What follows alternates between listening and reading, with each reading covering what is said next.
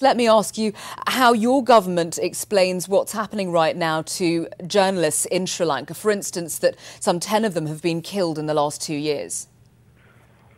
I think the way you are positioning your comment and how you are trying to articulate this in terms of propaganda and news is something that I have to disagree, for the reason that there is no person going missing at the expense of our system here.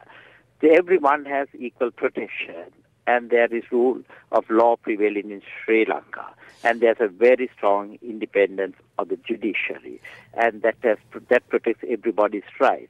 And I think the comments have been taken out of context here.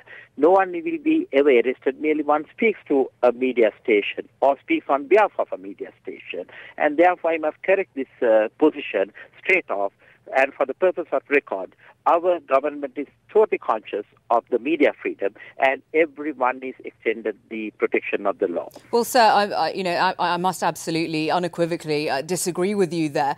Propaganda has absolutely nothing to do with this. When Sivan Daniel came onto our air earlier on this week, shortly afterwards, the Defence Minister of Sri Lanka then went on television and said that he was a terrorist and that he should be arrested. And now nobody's heard from him. So, obviously there's some sort of a disconnect going on here. Comment made by the Defence Secretary in terms of whether the person is there or not. How do you know where the person is, where the person is? In the event there are complaints about the person not being there, we are prepared to investigate. Obviously, everyone has the right to have recourse to the legal system in this country. The police is functioning, and it's a very surprising thing how it gets connected with a TV station, then subsequently with an interview the Defence Secretary has given, and now you attribute a missing person to that list. OK, well, look, let's just, get away from that for now, because I don't think we're ever going to agree on that. Let's just talk about the wider picture with what's happening to the media in Sri Lanka. Last night, we had former Prime Minister Ranil Wickremesinghe on our air, and he said that there is no press freedom in Sri Lanka. And he also blamed elements in the government for making sure that that would stay the case. Are you saying then that journalists in Sri Lanka are free to go about their jobs and report exactly what they want to? If you go through the news media today, in terms of the print and the electronic media, you will have to totally agree with me when I say that everyone has the right of speech and also the right to publish. And this is how Sri Lanka's free media is functioning today. It's a very vibrant arm of our democracy in Sri Lanka.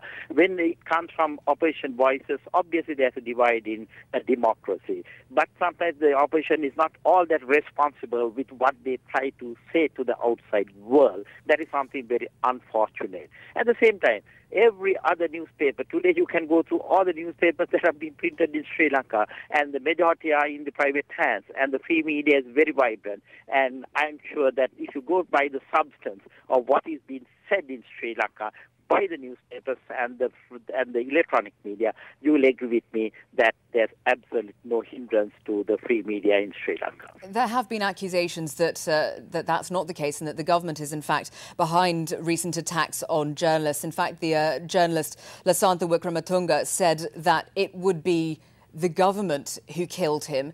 He was then killed quite recently. What do you put that down to? Why would he have said something like that? Why would Amnesty International come out and say that Sri Lanka is one of the most dangerous places in the world for journalists to do their jobs? Absolutely. I can't agree with these things for the reason that these are things that have been repeatedly by habit been spoken by a section of the distinguished journalist community. Everyone is not doing their job in that context of being responsible journalism when it comes to their own fields of communications. That is something unfortunate that we are experiencing. At the same time, there is nothing for the government to gain by denying and trying to silence the voices, because voices cannot be silenced in a democracy, which our government and that of President Mahinda Rajapaksa knows too well, being very much of a really be part of Sri Lanka society understands this better. And I must say that your perception is totally incorrect in the lines of what is happening in Sri Lanka.